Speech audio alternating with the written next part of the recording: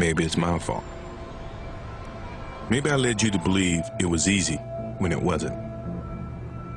Maybe I made you think my highlights started at the free throw line and not in the gym. Maybe I made you think that every shot I took was a game winner.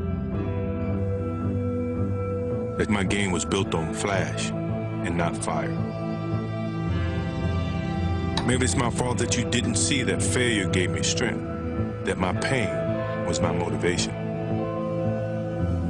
Maybe I led you to believe that basketball was a God-given gift and not something I worked for every single day of my life. Maybe I destroyed the game. Or maybe you're just making excuses.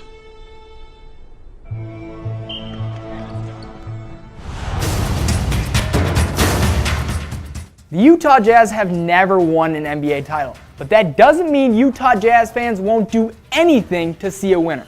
According to Michael Jordan's former trainer Tim Grover, MJ was poisoned by a Utah pizza place hours before Game 5 of the 1997 NBA Finals. What is the best basketball player on the planet doing eating at a pizza joint? Call your personal chef, get him some grilled chicken, and call it a day, Mike. Come on! The story here is that it comes out 16 years after one of the best performances in sports history. What took so long to rat out a couple losers in Utah? A couple of bad pepperonis didn't stop his airness from playing in 44 minutes and dropping 37 points on the Jazz. I wonder how many MJ would have had if they ordered Chinese instead.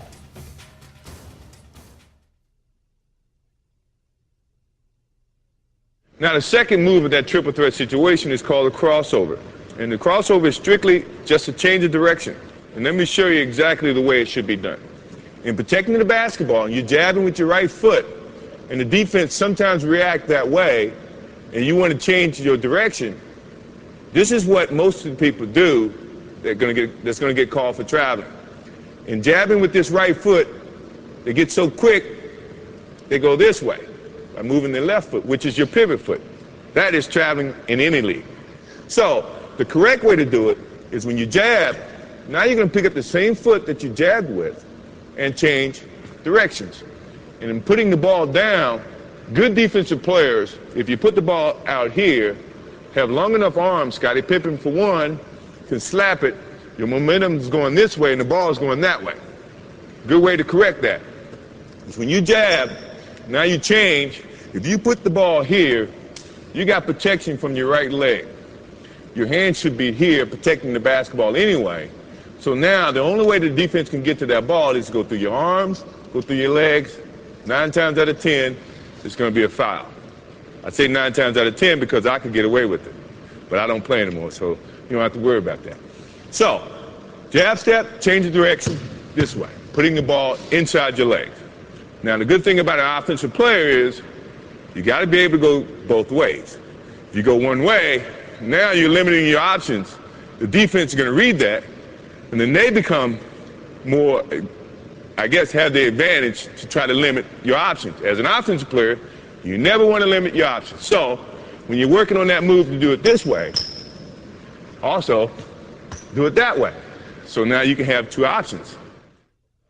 If my man's taking a defensive stance, the thing that I'm looking at right now is he's playing parallel. So now he's playing me to go either way, which is good. Which and also, to me, means all I have to do is give him a nice little fake this way.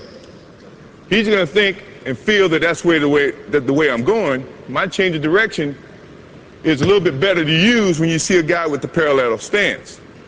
Mainly because he doesn't know where you're going. So now you have so many options, you just try to use as many options as you can.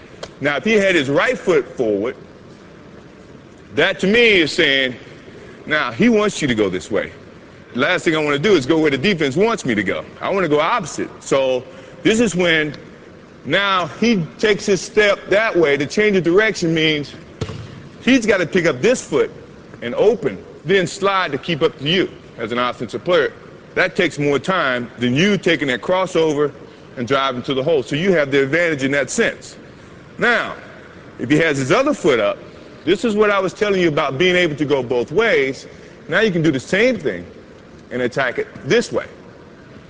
You see what I mean? So now he can't limit your options. So you should look, before you take your stance, look how the defense is playing you, and then decide which is your pivot foot, your right foot or your left foot, and then attack.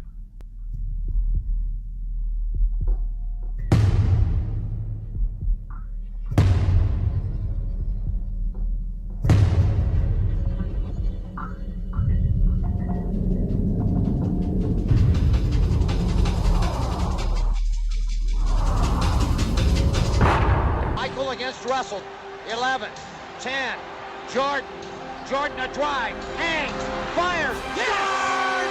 Bulls win the title! The Bulls are the world champions!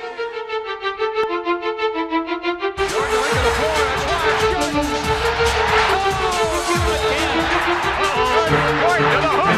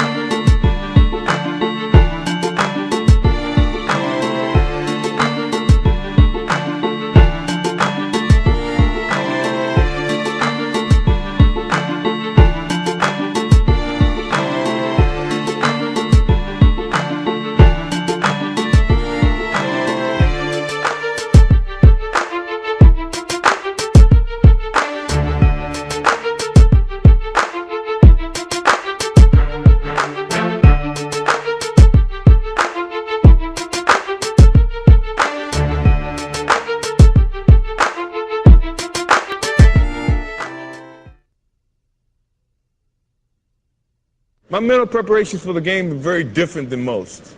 I try to relax myself. I'm a jokester, a prankster, if you want to say it that way. I listen to music, I joke around with the guys, I take my whole mind away from the game itself, and then when the time comes to focus on the game, I focus on my athletic skills and putting it together with the team and somehow collectively going out and doing our jobs each and every day. I challenge myself to be the best basketball player every moment that I'm playing the game of basketball. And sometimes that means tricking yourself in your mind to say that you can't do this or your weaknesses are here, but yet you still try to work on improving those weaknesses. A lot of people may say, well, Michael Jordan never had weaknesses. Michael Jordan had weaknesses. He just had to dig deep inside himself to figure out what they were and challenge himself to improve those weaknesses. So Mentally, I like to challenge myself to go out and play a perfect basketball game. Although I know you can't do that. It's practically impossible to play a perfect game, but that doesn't mean you can't challenge yourself to do that.